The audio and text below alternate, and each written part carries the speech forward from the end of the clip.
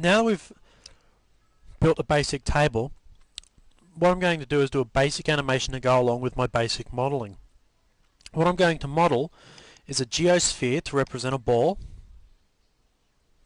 that is going to bounce off this table. If we now zoom in on that ball, we can see it's just a basic ball or geosphere. I'm going to add a material to it that I'm going to make myself. So I want to have a white ball.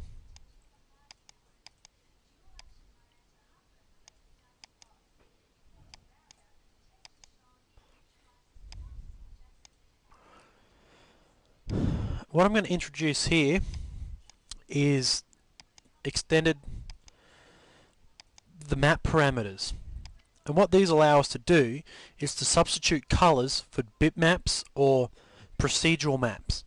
Now, bitmaps are simply JPEGs or TIFFs or TARGAs or something we've just scanned. And a procedural is a mathematical representation of whether it be a checkerboard or brick or whatever. And what we can do is we can say under diffuse, we can click this, up will come a diffuse map browser. If we wanted to use a bitmap that we just scanned, we could go and get a bitmap. If we wanted to use a procedural brick, procedural cellular, procedure checker, procedure combustion, and so on, we can. And as you see, as we go down the list, we get different representations. So it's quite easy to build something from nothing. So what I'm going to do is I'm going to take a checker pattern. I'm going to OK that. Now you can see I've been given the basic checker. I'm going to tell it to tile itself 5 times in both directions. Oops. So now you can see I've got numerous copies. So what we've got here is the coordinate system controlling the procedure or the map.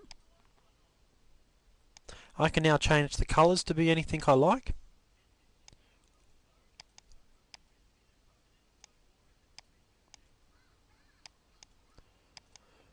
So there we've got a very basic material. I'm now going to apply that material to my checker ball. If I toggle this area here, show map and viewport on, it will actually show it in my viewport like so. And then this command here switches me back to the parent material. So the diffuse is a sub of the parent material.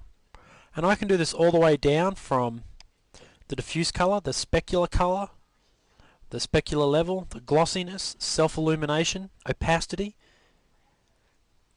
filters, bumps, reflections, refractions, and displacements.